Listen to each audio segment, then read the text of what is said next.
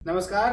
लोकसभा चुनाव 2024 की जो सेकेंड फेज की वोटिंग है वो खत्म हो चुकी है और जो अप्रोक्सीमेट परसेंटेज हैं, वोटर परसेंटेज टर्नआउट जो है वो आने लगा है। और अगर देखा जाए तो एवरेज वही जैसे पिछली बार 65 से 70 के बीच था, इस बार 60 से 67 के बीच में एवरेज परसेंटेज माना जा सकता है। अभी इसका फाइनल वोटिंग टर्नआउट आना बाकी है, वो जब आएगा तो आपको अपडेट करेंगे हम। अगर देखा जाए तो सेकंड फेज के मतदान जो हैं वो थोड़े से कम हुए हैं पिछली बार के मुताबिक। 2019 से अगर तुलना की जाए थोड़ी सी, तो क्या ये गर्मी का कारण है या क्या? देखिए, इसकी चेतावनी तो कई दिन से मिल ही रही थी, कई दिन से बात चल रही थी कि और ये चिंता अभी नहीं, ये चिंता जब शेड्यूल आया था तब भी विपक्षी दलों ने इस चिंता को जाहिर किया था कि आप 7 चरण में चुनाव खींच रहे हैं। जो चुनाव अप्रैल मई होते होते मई शुरू होते होते खत्म हो जाते थे, वो इस बार जून तक जा रहे हैं। तो लू चलेगी, हीट वेव होगी, उनका कितना असर दिखाई देगा। तो वो चिंता जो थी वो आज सही साबित होती दिखाई दी है, क्योंकि अगर देखा जाए तो 3 बजे के बाद से वोटिंग परसेंटेज जो है वो बढ़ना चालू है। 3 बजे के बाद ही वोटिंग बढ़ा है। जैसे अंदाजा अगर हम लोग सिर्फ और सिर्फ अगर हम मथुरा लोकसभा सीट से अगर अंदाजा ले लें तो मथुरा लोकसभा सीट पर 3 बजे तक 39% का, सिर्फ 39% का मतदान मथुरा लोकसभा सीट पर था। और मथुरा शाम होते होते उस सीट पर करीब 50% का मतदान हुआ है, 47.45, मतलब कि लोग बाद में निकले हैं। ऐसे ही अगर हम बागपत लोकसभा सीट की बात करें तो बागपत में भी 42% का मतदान 3 बजे तक था। यूपी की बागपत लोकसभा सीट जो है उसमें लोग निकल ही नहीं रहे थे। जो रिपोर्ट्स भी आ रही थी उसमें लोगों से बातचीत हो रही थी, लोग गांव वगैरह में घूम रहे थे, जो रिपोर्टर वो उनकी बातचीत में लोग कह रहे थे कि अभी धूप है, अभी हम गर्मी में कहां जाएं, ऐसे बूथ तक तो हम लोग बाद में देखेंगे कि उस समय जो बात थी वो लग रहा है कि उसके बाद लोग वोटर निकला है।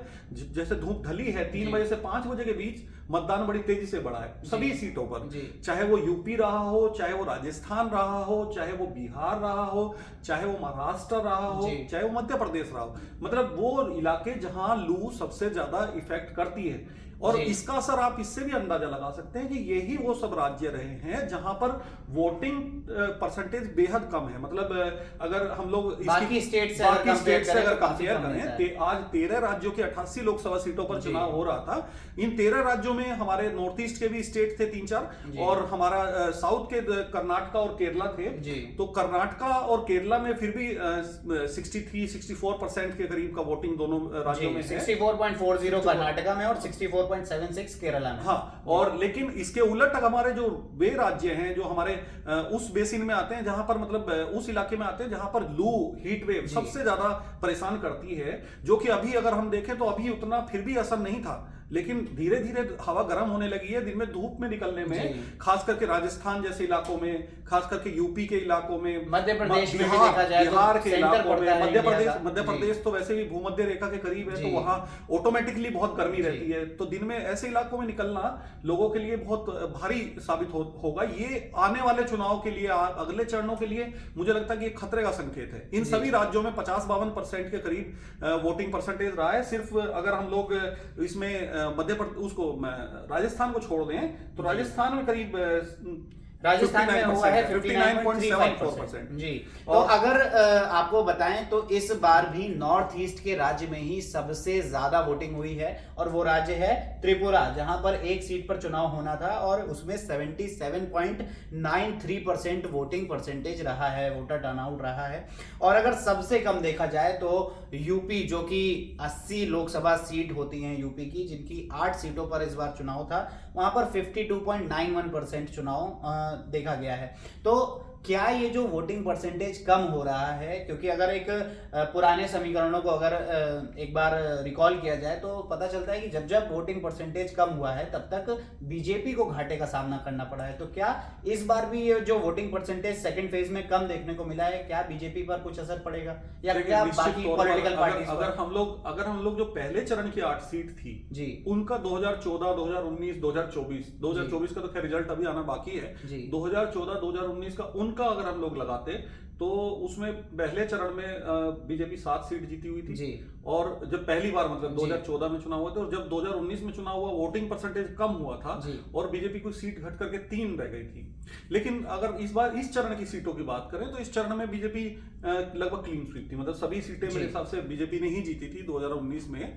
और वोटिंग परसेंटेज इन पे सभी पे ठीक हुआ था उस समय, सभी पर 67-68% के आसपास औसतन मतदान था, अगर हम एक आध सीट को छोड़ दें। इवन अमरोहा जिसमें आज भी बहुत अच्छा मतदान हुआ है, आज भी 61%, सबसे ज्यादा यूपी की 8 सीटों पर मतदान अमरोहा में ही हुआ है, तब उस सीट पर तब भी 73.60 का परसेंट का। लेकिन आप लगाइए 73.60 2019 और 2024 में वही घटकर रह गया आपका 61%। यानी कि वोटिंग टर्नआउट सब, वोटर टर्नआउट सब जगह घटा है यूपी की सीटों पर। और उसमें गाजियाबाद जैसा शहर जो मतलब जागरूक माना जाता है, दिल्ली से जुड़ा हुआ है, जहां पर वो ये माना जाता है कि जहां के वोटर बड़े जागरूक हैं, वहां 48% सिर्फ मतदान हुआ है। हेमा मालिनी की सीट जो है मथुरा, वो माना जाता है कि भाई बड़ा मतलब कांटे की टक्कर वाली सीट रहती है, मतलब वहां पर लोग निकलते हैं, वोट डालने के लिए निकलते हैं, चाहे वो सपा के समर्थक हों, चाहे वो रालोद के समर्थक हों, चाहे भाजपा के समर्थक हों। और इस बार तो हेमा मालिनी के पास भाजपा के वोटर्स के साथ साथ रालोद के भी वोटर्स थे, उसके बावजूद सिर्फ 47% वोटिंग वहां पर हुई है। तो ऐसे में मतलब ये जो संकेत हैं, ये कहीं ना कहीं लग रहा है कि कहीं ना कहीं भाजपा को नुकसान देने वाले हैं। जैसे मैं आपको आपको काटना चाहूंगा पुष्कर, मैं रोकना चाहूंगा, क्योंकि कल तक जो मेरे पास में रिपोर्ट थी, कल शाम तक रिपोर्ट ये थी कि गाजियाबाद में वीके सिंह का वोट कटने से ठाकुर समुदाय बड़े पैमाने पे नाराज है, जो ओवरऑल पहले से ही आ रहा है कि ठाकुर समुदाय इस बार भाजपा से नाराज है। और गाजियाबाद में ठाकुर समुदाय के वोट बहुत अच्छे हैं, गौतम बुद्ध नगर में भी ठाकुर समुदाय के वोट बहुत अच्छे हैं। तो ऐसे में कहीं ना कहीं मतलब वो वोटर लगता है कि वोट डालने नहीं आए हैं, उन्होंने मतलब प्रो भाजपा होने की वजह से उन्होंने दूसरी पार्टी को वोट नहीं दिया, लेकिन वो भाजपा को भी वोट देने नहीं आए हैं। अगर हम लोग बागपत की बात करें तो बागपत में जो मेरे पास में रिपोर्ट, आज भी मेरी दिन में बात हो रही थी रिपोर्टर्स से, तो रिपोर्ट्स जो उनसे बात आ रही थी सामने निकल करके, तो वो ये था कि जो बनिया समुदाय, वैश्य समुदाय जो है, जो माना जाता है कोर वोटर है बीजेपी का, वो हमेशा से वोटर रहा है। चाहे बीजेपी मतलब जब कमजोर पार्टी भी होती थी बागपत में, तब भी वो बीजेपी को ही सपोर्ट करता था, रालोद का गढ़ होने के बावजूद, रालोद की बजाय वो बीजेपी का समर्थक था। लेकिन आज वैश्य समुदाय के वोट कम पड़े हैं, मतलब जो व्यापारी वर्ग है, व्यापारी वर्ग कम निकला है वोट डालने के लिए रालोद के वोटर को, जबकि भाजपा का समर्थन रालोद के वोटर के पास मौजूद, रालोद के कैंडिडेट के पास मौजूद था। डॉक्टर राजकुमार सांगवान की छवि बहुत अच्छी है, डॉक्टर राजकुमार सांगवान एक अच्छे कैंडिडेट भी थे, लेकिन भाजपा के वोटर ने उनको स्वीकार मुझे लगता है कि नहीं किया है। इसके उलट अगर हम लोग देखें तो गुर्जर वोट भी वहां पर बटे हैं। तो मतलब ये सब फैक्टर जो है कहीं ना कहीं इशारा कर रहे हैं। ऐसे ही मेरठ में भी अरुण गोविल को उतारा गया था, जो रामायण में श्री राम का रोल अदा कर चुके हैं, तो कहीं ना कहीं ये था कि भगवान श्री राम से जोड़ करके भावनाओं को लिया जाए, आगे बढ़ाया जाए। लेकिन अगर हम मेरठ का टर्नआउट देखें तो 2019 के मुकाबले, जबकि 2019 में ये कहा जा रहा था कि 2019 में भाजपा के खिलाफ चल रहा है मेरठ, और बड़ी मुश्किल से जीते भी थे, बहुत कम वोटों से उस समय जो जीते थे अपने अग्रवाल जी, वो बहुत कम वोटों से जीते थे। लेकिन इसके बावजूद तब 67% का वोटिंग हुआ था, और इस बार 55% का वोटिंग हुआ है, जिसमें खुद मैं आज मेरठ में मौजूद था वोटिंग के लिए। वोटिंग में बूथ्स देख रहा था तो बूथ्स खाली पड़े हुए थे। इवन मतलब हिंदू इलाकों में बूथ पर पोलिंग कम हो रहा था, लेकिन मुस्लिम इलाकों में बूथ पर पोलिंग हो रहा था। तो इसका मतलब यह है कि सपा का वोटर तो निकल रहा था, जो माना जा रहा है कि भाई मुस्लिम वोटर्स जो हैं वो बीजेपी को वोट नहीं कर रहे हैं। ये एक मतलब भ्रांति कह लीजिए, जो भी मतलब इसको कह लीजिए कि अभी मतलब यही माना जाता है कि मुस्लिम वोटर बीजेपी को बहुत कम वोट करता है, खासकर यूपी की बात, खासकर यूपी में। और लेकिन उसके बावजूद मुस्लिम बूथों पर, मुस्लिम इलाकों के बूथों पर भीड़ थी, और हिंदू इलाकों के बूथ खाली पड़े हुए थे, जबकि हिंदू वोट वहां पर वैसे भी बंटने जा रहा था बसपा के देवव्रत त्यागी की वजह से। त्यागी, ब्राह्मण और दलित वोट में सेन मारी की पूरी आशंका थी, जो मुझे लग रहा है कि कहीं ना कहीं सही साबित हुई है। लेकिन अगर ये देखा जाए तो अभी कुछ वीडियो चल रहे थे कि हेमा मालिनी के सपोर्ट पे नंगे पैर जो हैं प्रत्याशी, जो मतलब यूपी में अगर देखा जाए तो यूपी में विपक्ष के नेता जो हैं वो नंगे पैर जाके लोगों से विनती कर रहे हैं, लोगों से सपोर्ट मांग रहे हैं कि वोटिंग करने जाइए। और इस हीट वेव का, जैसे कि हम लोग देख रहे हैं कि हीट वेव के चक्कर में वोटिंग कम हुआ, वोटर टर्नआउट कम हुआ, लेकिन जो नेता प्रतिपक्ष है वो जाके, नेता विपक्ष जो है वो जाके नंगे पैर सड़कों पर चल के वोटिंग की गुहार लगा रहे हैं, फिर भी वोटर जो है वो बूथ तक नहीं पहुंच रहा है। देखिए, मुकेश धनगर के लिए चुनाव मुश्किल था मथुरा में। कारण मैं हम लोगों ने पिछली बार भी जब बात की थी, तो जब उस दिन हम लोग मथुरा सीट की बात कर रहे थे, तो तब भी हम लोगों ने बात की थी कि मथुरा सीट हमेशा से रालोद का गढ़ रही है, रालोद का अच्छा वोटर रहा है, और पिछले 2 चुनाव से बीजेपी का कोर रहा है। मतलब दोनों बार हेमा मालिनी अच्छे अंतर से जीती हैं, और ऐसे में इस बार उनको रालोद का भी समर्थन मिल रहा है। पिछली बार वो रालोद का समर्थन दोनों बार दूसरे दल के पास होता था, एक बार रालोद खुद खड़ा था और एक बार दूसरे दल के पास था, सपा के पास। ऐसे में मतलब आपको अगर जीतना है, मुकेश धनगर जिनकी आप बात कर रहे हैं, मुकेश धनगर कांग्रेस के टिकट पर सपा के समर्थन से वहां उतरे हुए हैं, तो जाहिर बात है आप भी जानते हैं कांग्रेस का बहुत कोर वोटर अब यूपी में नहीं बचा है, 1-2 सीटों को छोड़कर, अमेठी रायबरेली जैसी 1-2 सीटों को छोड़कर नहीं है। उसमें अगर आप मुकेश धनगर की बात करें तो मुकेश धनगर केवल और केवल सपा के वोटों पर निर्भर थे। अब सपा के वोट पर जब आप उतरे हुए हैं और आप जा रहे हैं वोट मांगने के लिए, तो कहीं ना कहीं आपको कुछ ना कुछ अलग करके दिखाना ही होगा। तो मुकेश धनगर ने शायद हो सकता है वोटर्स को जोड़ने के लिए ये पैदल चलने वाला, नंगे पैर पैदल चलने वाला वो किया हो, लेकिन निश्चित तौर पे वोटर टर्नआउट कम होना उसमें मतलब मुझे लगता है कि मुकेश धनगर की हम बात छोड़ दें, अगर हेमा मालिनी की बात करें तो जो माना जा रहा था कि हेमा मालिनी आसानी से हैट्रिक बनाने जा रही हैं, तीसरी बार सांसद बन जाएंगी आसानी से, वो अब थोड़ा सा मुझे संशय में लग रहा है कि आसानी से बनेगी कि नहीं बनेगी। बनेगी ये तो लग रहा है, बनेगी ये तो लग रहा है, लेकिन आसानी से बनेगी कि नहीं बनेगी ये थोड़ा सा मुझे मुश्किल लग रहा है। कहीं ना कहीं कांटे की टक्कर हुई है, और कम वोटिंग में होता क्या है कि आपका वोट का अंतर, जीत का अंतर बहुत कम रह जाता है, तो वो जीत के अंतर में एकदम से परिणाम भी पलट जाता है। हो सकता है आप जीतते लग रहे हैं और वो एकदम से कोई कुछ ही वोटों के साथ एक दो बूथ आपके खिलाफ जाए और आप एकदम से बिगड़। चलिए, ये तो हमने बात कर ली कि वोटर टर्नआउट क्यों कम हुआ और कितना कम हुआ, ये हमने बताया। और हीट वेव की बात भी हो गई कि हीट वेव जो है वो आगे आने वाले जो चरण है उनमें भी बहुत ज्यादा आने वाले, क्योंकि अभी हमारा पूरा मई बचा हुआ है जब पूरी हीट वेव्स चलती हैं, और इस बार तो मौसम विभाग ने पहले ही बहुत चेतावनी दे रखी है कि मई में झुलसाने वाली हवाएं चलेंगी, जो जून जुलाई में हुआ करती है, वो मई जुलाई में जो हुआ करती है। जून जो कहते थे हम लोग, कभी कहते थे, अगर आपने सुना हो कभी पश्चिमी यूपी पर, पूर्वी यूपी में, कि जेठ की गर्मी सबसे भारी होती है, तो वो जो गर्मी वाली जो हवाएं चलती थी वो आप कहीं ना कहीं मई में देखने को मिलेंगी। इस बार मौसम विभाग कहकर चल रहा है, और मई में आपका सारा सबसे बड़ा मतदान है, क्योंकि मई में ही सब कुछ हो जाना है। जून का तो खैर आपके पास में सिर्फ एक ही मतदान है, 1 जून का, लेकिन बाकी सारा मतदान आपके जो बाकी 4 चरण है वो 4 चरण मई में है। तो वो बहुत बड़ी परीक्षा एक होगी चुनाव आयोग के लिए भी, कि कैसे वोटर को बुलाया जाए बूथ पर। राजनीतिक दलों के लिए भी एक बहुत बड़ी परीक्षा है कि वो अपने समर्थकों को कैसे कहे कि भाई आप इतनी धूप में आइए, इतनी कड़ी धूप में भी बैठकर आइए। तो मुझे लगता है कि कहीं ना कहीं इस पर चुनाव आयोग को एक विचार करना चाहिए कि वोटर्स के लिए वो वाहनों की व्यवस्था की इजाजत दें, जो जिस पर रोक लगी होती है। अभी आप वोटर्स को वाहनों से नहीं ढो सकते हैं, वो कहीं ना कहीं रोक का मुझे लगता है कि सार्वजनिक वाहनों से आने जाने की इजाजत देने का करना चाहिए। तो ये तो हमने बात कर ली कि कैसे वोटर टर्नआउट बढ़ेगा और कैसे इस बार कम रह गया और क्या पार्टियों पर असर पड़ेगा।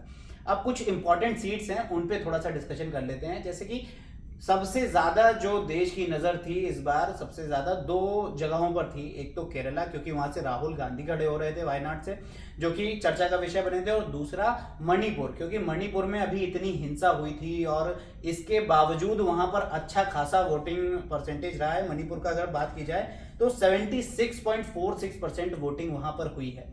तो इन दोनों सीटों, इन दोनों स्टेट्स को अगर कवर करते हुए बात करें, कि पहले हम राहुल गांधी पे बात करते हैं, फिर मणिपुर पर आते हैं, तो इस पे आपको क्या लग रहा है कि वायनाड सीट पे राहुल गांधी की क्या लहर चली भी कि नहीं चली? नहीं, देखिए, मुझे वायनाड में जब राहुल गांधी प्रचार के लिए उतरे थे, तो जिस तरह से भीड़ जुटी थी, जिस तरह से उनकी जनसभाओं में, मतलब जब वो नामांकन के लिए जा रहे थे, रोड शो में भी उनके जिस तरह से भीड़ थी, तो राहुल गांधी वहां पे अभी राहुल गांधी को वहां पे उस तरह से नहीं देखा जाता है जैसे बाकी देश में उनकी छवि बनाने की कोशिश की जाती है।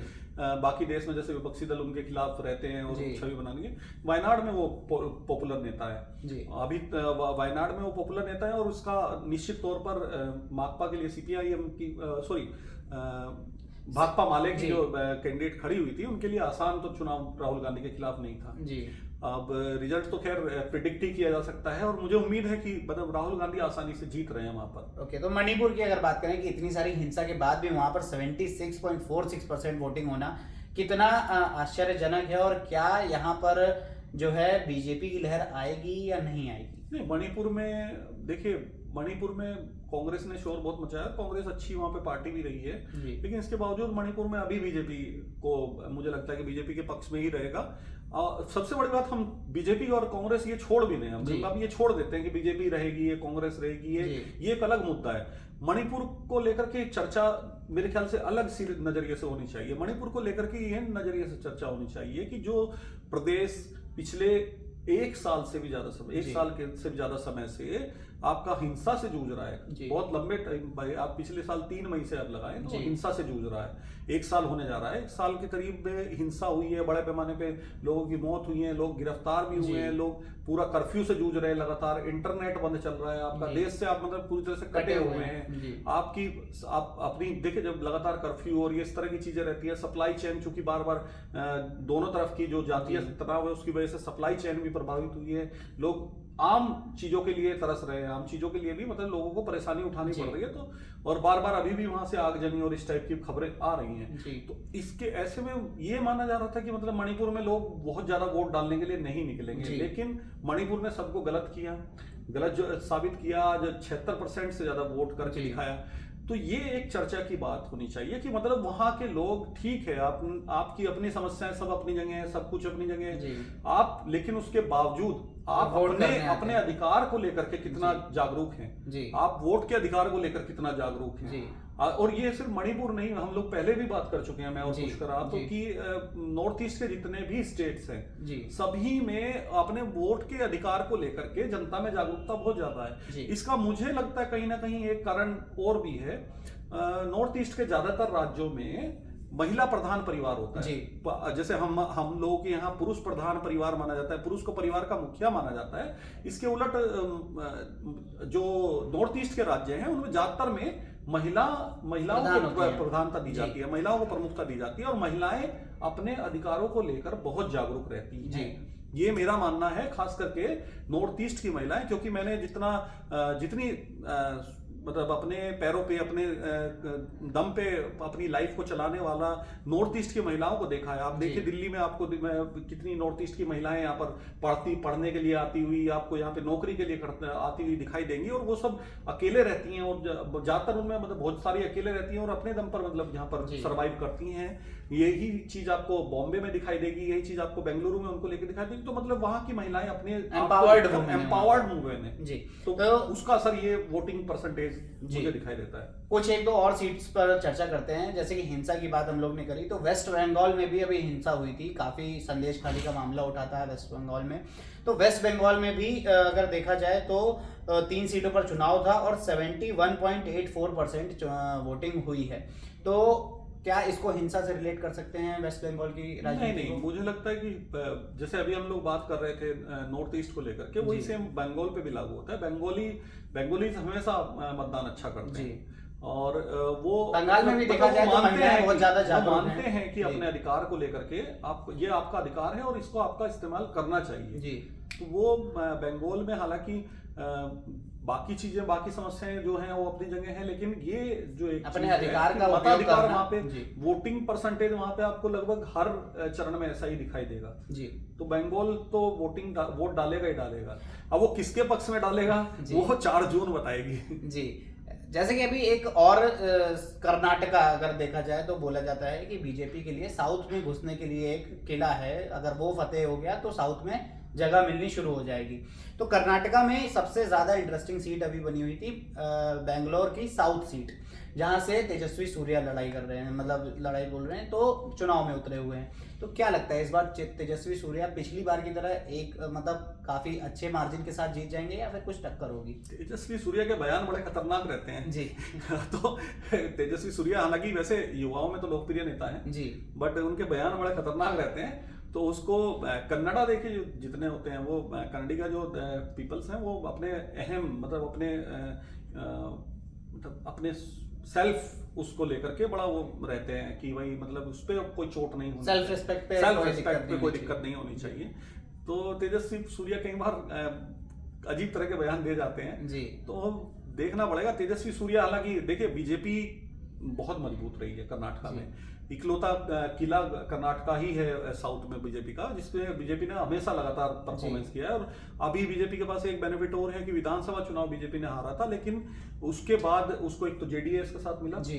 जेडीएस के साथ मिलने की वजह से जेडीएस का भी वोटर उसके साथ आया है। बड़ा अच्छा एक मतलब पूरा एक खास समुदाय है जिस पर उनका वोकलिंगा पर पूरा उनका वो रहती है, पकड़ रहती है। और लिंगायतों में खुद भाजपा की पकड़ बहुत अच्छी रहती है, लिंगायत वहाँ पे सबसे ज्यादा वोटर हैं जी। पूरे स्टेट में अगर हम लोग देखें तो उस तरह से हिसाब से हम देखें तो बीजेपी का अच्छा परफॉर्मेंस रहना वहाँ पे उम्मीद पूरी की जा रही है, क्योंकि कहीं ना कहीं कांग्रेस के खिलाफ थोड़ा ध्रुवीकरण भी हुआ है। कांग्रेस के खिलाफ जो एक माहौल बना है कि वो मुस्लिमों को आरक्षण देना चाह रही है, फिर वो बीच में हिजाब को वाला जो मुद्दा हुआ कि हिजाब पे उन्होंने उसको दोबारा से लागू कर दिया, स्कूल्स में लागू करेंगे टाइप से बयान जो आए हैं, उनकी वजह से कहीं ना कहीं ध्रुवीकरण भी हुआ है जी। तो ध्रुवीकरण जब होता है तो उसमें हिंदू वोट भी एकजुट होता है, मुस्लिम वोट एकजुट होता है, लेकिन हिंदू वोट भी एकजुट होता है। और जाहिर बात है वहां एकजुट होने के लिए दो ही पार्टी है, कांग्रेस और भाजपा जी। तो भाजपा के पक्ष में अगर ये देखा जाए तो ये ध्रुवीकरण भाजपा को फायदा देगा। और कहीं ना कहीं कांग्रेस ने जो वादे विधानसभा में आने के लिए किए थे, विधानसभा चुनाव में सरकार बनाने के लिए जनता से किए थे, वो अभी तक उनमें से बहुत सारे पूरे नहीं हुए हैं। तो इसका भी एक फायदा मुझे लगता है कि एंटी इनकम्बेंसी टाइप का हल्का फुल्का बीजेपी को मिलना चाहिए। तो मुझे लगता है कि वहां कर्नाटका में बीजेपी का परफॉर्मेंस अच्छा रहेगा। तो चलिए अब अपनी चर्चा को थोड़ा सा यहाँ पे विराम देते हैं और चलिए एक और सीट पर हम लोग डिस्कशन कर लेते हैं। आखिरी सीट रहेगी हमारी कि शशि थरूर जो कि कांग्रेस में काफी पॉपुलर नेता रहे हैं और वो भी केरला से वो अपना चुनाव लड़ रहे थे। तो बताइए कि शशि थरूर की जो सीट है वहां पर उनकी क्या लहर देखने को मिलेगी? देखिए शशि थरूर अपनी सीट पर बहुत मजबूत है जी, कई बार सांसद बन चुके हैं और उससे पहले भी लोकप्रिय थे। वो जब सांसद नहीं थे तब भी वो मुझे लगता है कि सबसे डैशिंग ऑफिसर्स में से एक थे। भारत के राजदूत रहे हैं, विदेश राज्य मंत्री भी रहे हैं, नेता बनने के बाद विदेश सचिव रहे हैं। तो मतलब वो एक मतलब हमेशा से उनका एक चार्म रहा है जी। और वो चार्म उनकी कॉन्स्टिट्यूंसी में उनके वोटर्स के ऊपर खूब सिर चढ़कर बोलता रहा है। उनकी तिरुवनंतपुरम सीट उनकी मजबूत सीट मानी जाती है। हालांकि भाजपा ने भी इस बार वहां पर केंद्रीय मंत्री उतारे थे राजीव चंद्रशेखर, लेकिन राजीव चंद्रशेखर मुझे लगता है कि उतनी तरह से पब्लिक के बीच में पॉपुलर नहीं है। अच्छे नेता हैं, बहुत पढ़े लिखे नेता हैं, वो भी सेम उसी तरह से राजनीति, लेकिन वो उनका वो चार्म नहीं है जो शशि थरूर का है जी। तो अगर इसमें टक्कर भी हुई तो मुझे लगता है कि कहीं ना कहीं इसमें शशि थरूर को ही फायदा मिला होगा। 63% का वोट हुआ है, तो वोट से मैं निराश हूं, क्योंकि केरला में मुझे लगता था कि इससे ज्यादा वोटिंग होगी। केरला में मैं मान के चल रहा था कि 70% या 75% के करीब वोटिंग होगी, लेकिन वहां 63% का ही वोट हुआ है। तो उसमें फायदा तो देखिए शशि थरूर को ही मिलने की संभावना मुझे ज्यादा लग रही है। तो जैसा कि हमने जाना कि सेकेंड फेज के चुनाव में 2024 लोकसभा चुनाव के फेज 2 में 2019 लोकसभा चुनाव के फेज 2 से काफी कम मतदान हुआ है और इसका एक बड़ा कारण जो है वो हीट वेव हो सकती है और इलेक्शन कमीशन और जो विभिन्न राजनीतिक दल हैं वो अपने वोटर्स को वहां तक पोलिंग बूथ तक नहीं ले जा सके, ये भी एक बड़ा सेटबैक रहेगा। तो अगले आने वाले चुनाव में उन्हें क्या ऐसा करना चाहिए जिससे कि वो जो वोटिंग परसेंटेज है वो बढ़ सके? और आपको क्या लगता है कि ये जो वोटिंग परसेंटेज डाउन होने का कारण है वो क्या रहा होगा? और जो हमने एनालिसिस करी कुछ सीटों की, उनमें आपकी क्या राय है? कौन सी पार्टी को ज़्यादा बहुमत मिल सकता है? आप हमें ये सब कमेंट सेक्शन में ज़रूर बता सकते हैं और ऐसे ही और भी एनालिसिस के लिए जुड़े रहिए DNA के साथ।